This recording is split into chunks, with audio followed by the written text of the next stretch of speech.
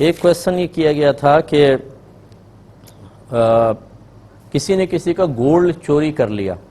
اب بعد میں اس کو ندامت و شرمندگی ہوئی اور اس کو یقین ہے اگر میں یہ گولڈ مالک کو واپس کرنے جاؤں گا تو وہ مجھے نقصان پہنچا دے گا۔ بعض ایسے ہوتے ہیں کہ وہ پھر شکریہ ادا نہیں کرتے ہیں، یا چلو مجرم اگر نادم شرمندہ ہے تو اس کی حوصلہ افزائی کریں،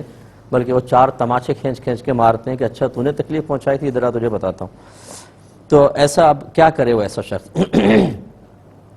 دیکھیں، اس میں جب اس قسم کا معاملہ ہو کہ انسان حق کی طرف آنا چاہتا ہو، سچ کی طرف آنا چاہتا ہو، لیکن فتنہ فساد کا اندیشہ ہو، تو فتنہ فساد کو ختم کرنا ضروری ہوتا ہے، اس سے محفوظ رہنا ضروری ہوتا ہے۔ چنانچہ اب طریقہ یہ ہوگا کہ مال بھی دینا ہے اور معافی بھی طلب کرنی ہے، لیکن فتنے کا اندیشہ بھی ہے، تو بس اب اس میں یہ ہے کہ اپنے آپ کو ظاہر نہ کریں اور کسی طریقے سے مال بھی ان تک پہنچا دیں، اور کوئی لیٹر لکھیں گمنام قسم کا، اور اس میں معذرت بھی کر لیں کہ بھئی میں کوئی ایک شخص ہوں، میں آپ کو بتا نہیں سکتا ہوں کہ میں کون ہوں، میں نے آپ کا مال چرایا، میں معذرت چاہتا ہوں، مجھے معاف کر دیجئے گا اور میدان محشر میں میری گرفت نہ کریں تو میں آپ کی بڑی مہربانی تصور کروں گا، اور کسی بھی دوسری جگہ سے کسی علاقے سے وہ پوسٹ کروا دیں اور گولڈ کسی طرح ان تک پہنچا دیں، تو اور انشاءاللہ اللہ کی رحمت سے امید ہے کہ بری ذمہ ہوں گے۔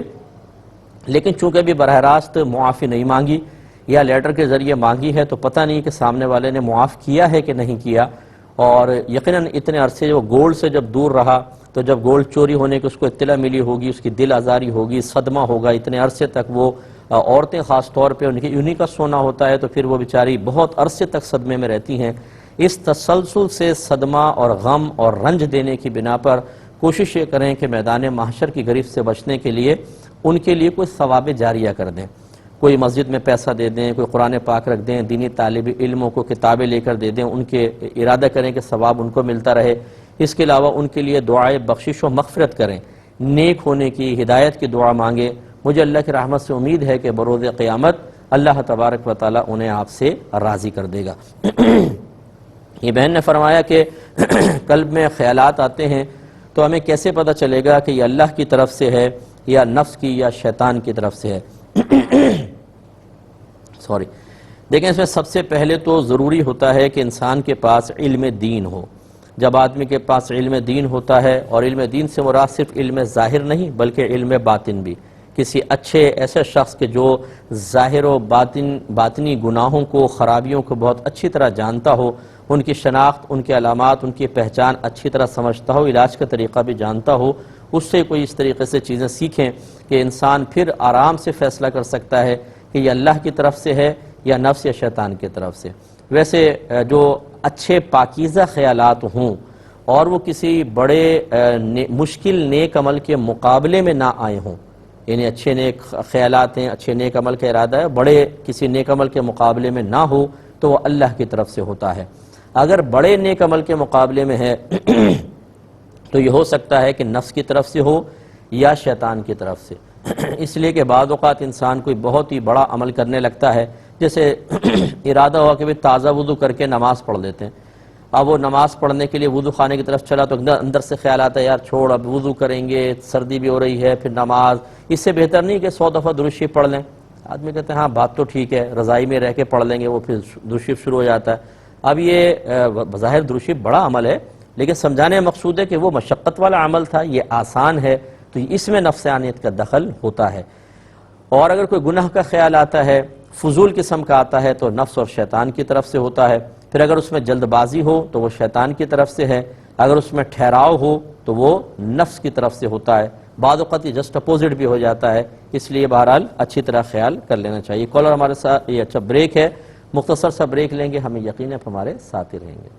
بسم اللہ الرحمن الرحیم۔ تو وسوسوں کے بارے میں آپ کو بتایا، خلاصہ کلام یہ ہے کہ اگر نیکی کا خیال دل میں آتا ہے وہ اللہ کی طرف سے ہے، لیکن اگر وہ خیال کسی بڑے نیک عمل کے مقابلے میں آیا ہے تو پھر یہ نفس و شیطان کی طرف سے ہو سکتا ہے، لیکن پھر بھی اگر اس پہ آپ عمل کریں گے تو یہ نہیں ہے کہ شیطان کے کہنے پہ عمل کر لیا، نفس کے کہنے پہ عمل کر لیا تو گناہگار ہوں گے، نہیں، ثواب اس پہ بھی ملے گا، لیکن کمال انسانی یہ ہے کہ اس وقت اس بظاہر مشقت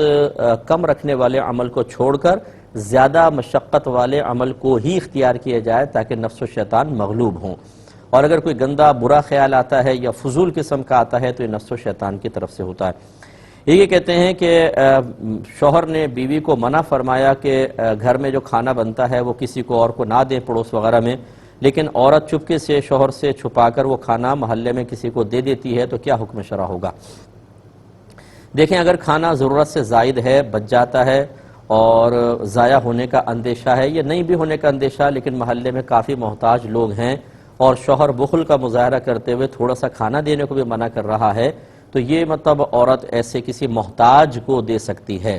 ایک تو محتاج ہو، دوسرا محتاج زیادہ نہیں ہے لیکن کھانا فالتو ہے، ضائع ہو جائے گا، تب بھی وہ دے سکتی ہے کہ یہاں پر شوہر کی اطاعت کرنا کوئی لازم نہیں ہے، کیونکہ شرعی حکم دونوں جانب موجود ہے۔ اور یہ ضرور کرے کہ وہ شوہر کی دل آزاری کرنے سے بچے، لہذا سامنے نہ دے، اس طرح نہ دے کہ شوہر کو پتہ چلے تو وہ غصے ہو یا اس کی دل آزاری ہو کہ دیکھو میں نے منع کیا تھا اور پھر بھی کر لیا۔ لیکن یہ ضرور ہے کہ اگر عورت شوہر کی اجازت کے بغیر صدقہ کرے تو اسے نصف ثواب ملے گا، جس سے کہ حدیث میں آیا ہے۔ تو ان تمام امور پہ تھوڑا سا غور کر لیا جائے۔ یہ کہتے ہیں کہ ان کے 2 بیٹے ہیں، 5 سال اور 3 سال کے۔ بڑا بیٹا جو ہے اس کی تربیت میں اچھی کوشش تو یہ کرتی ہیں، لیکن وہ جھوٹ بول دیتا ہے، تو اس کے بارے میں کیا کیا جائے؟ دیکھیں، بچے جب بھی کوئی گندی عادت اختیار کرتے ہیں، سب سے پہلے تو غور کریں کہ اصل میں اس کے پیدائش کا یا اس کی تحریک کا سبب کیا ہے۔ کیا آپ کے گھر میں کوئی جھوٹ بولتا ہے بڑا، یا آپ بولتی ہیں، یا شوہر جھوٹ بولتے ہیں، یا کوئی اور دادا دادی نانا نانی وغیرہ، یا پھپھیاں خالائیں ماموں یہ جھوٹ بولتے ہیں کہ بچہ ان کی عادت کو اپنا رہا ہے؟ اگر ایسا ہے تو سد باب کیا جائے، ان کو منع کیا جائے کہ جی آپ ایسا نہ کریں، کیونکہ چھوٹے بچے یہ گندی عادت سیکھ رہے ہیں۔ اور اسی طریقے سے اگر اسکول پتہ چلے کہ اسکول میں جاتا ہے اور وہاں سے بچوں سے سیکھ کر آ رہا ہے، تو ہر قسم کے بچے ہوتے ہیں، تو پھر وہاں پہ ٹیچرز وغیرہ سے درخواست کی جائے کہ بچوں کی تربیت کا اہتمام کیا جائے۔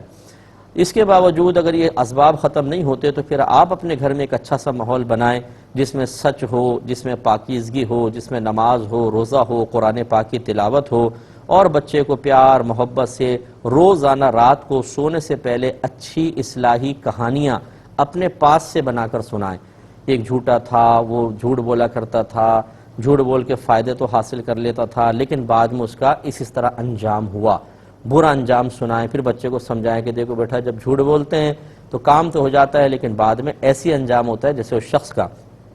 چھوٹے چھوٹے بچے ہوتے ہیں، یہ کہانیاں ان کے مائنڈ میں چپک جاتی ہیں، اور پھر ہم نے دیکھا ہے کہ اگر ان کے سامنے کوئی جھوٹ بولتا ہے تو بچے پھر بڑے کی اطاعت بھی نہیں کرتے ہیں غلط چیز میں، کیونکہ وہ کہانی اس کو گائیڈ لائن فراہم کر رہی ہوتی ہے۔ تو اپنے اطراف میں اچھا ماحول بنائیں اور بچوں کو اس طرح اصلاحی باتیں سکھائیں تو اللہ تعالیٰ برکت دے گا انشاءاللہ۔ یہ کہتے ہیں کہ ان کے بھائی اور والد صاحب جو ہیں وہ مالی لحاظ سے تھوڑے سے ویک ہیں، تو کیا زوجہ اپنے شوہر سے کہہ سکتی ہے کہ میرے بھائی اور والد صاحب کی مدد کرو؟